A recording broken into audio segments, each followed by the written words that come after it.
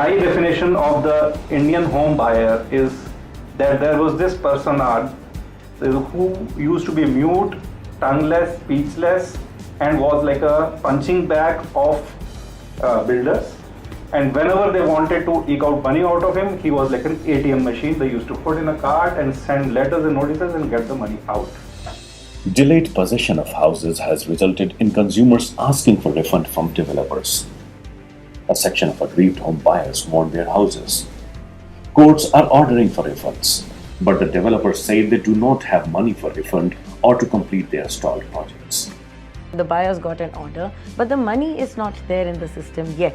See, as a lawyer, I have to follow the letter of the law. The letter of the law says that if you ask for refund in a contract, you have to refund it.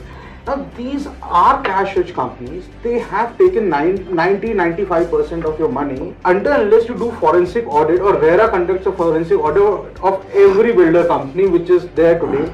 You will never know where has the money gone.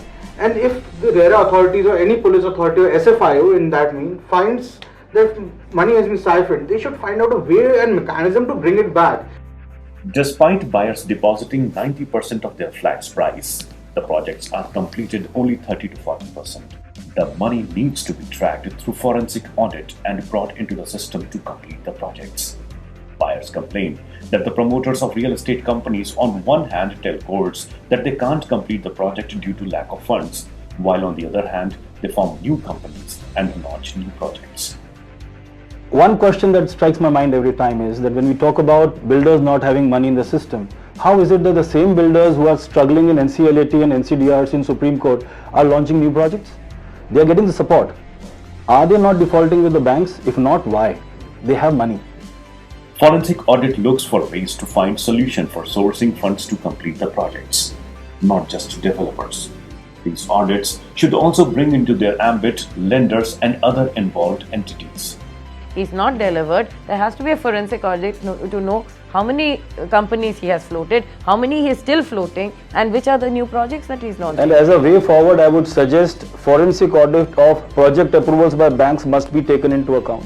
Unless lending process is linked with the construction and selling process, the complete solution will not come about. The money has been clearly moved from one project to the other.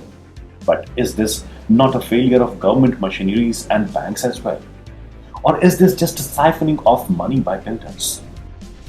If that money has gone into other projects which the developer is launching today, clearly the developer is not bankrupt. The developer has money in his system to launch new projects. The money has clearly been moved from one to the other. Many builders, they are sincere toward projects, but circumstances led them to the failure of those projects. This is a systemic failure.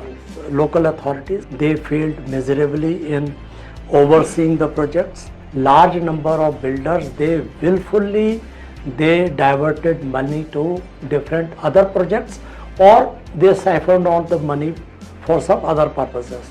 Then banks are also responsible because they never cared that whether the money which is going to the builder is being spent or not. Builders who willfully defaulted must be punished, and every penny of consumer must be recovered. If that money has gone into personal assets of developers, then all such assets must be attached and money should be recovered.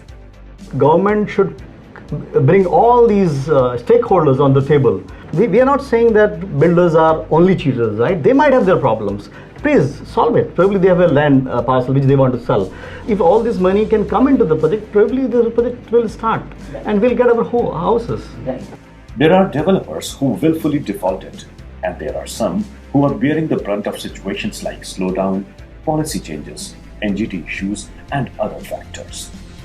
You can't say that in every delayed project there was a malified intent from the developer side. There was a practical problem on ground. There were dues which were really not due, and there were contentious issues thereby. There were developers who came into this business for the first time who mismanaged the show. Meanwhile, builder bodies like Redeye and Naredco vow to work towards completing stuck projects. But when millions of rupees have been siphoned off from the real estate business, how will the construction and possession start? We at Naredco have requested the government and Niti Aayog in order to assist us to put in stressed funds immediately for the completion of these projects so that the people will get their homes and houses quickly. That's our aspiration model for the stress fund.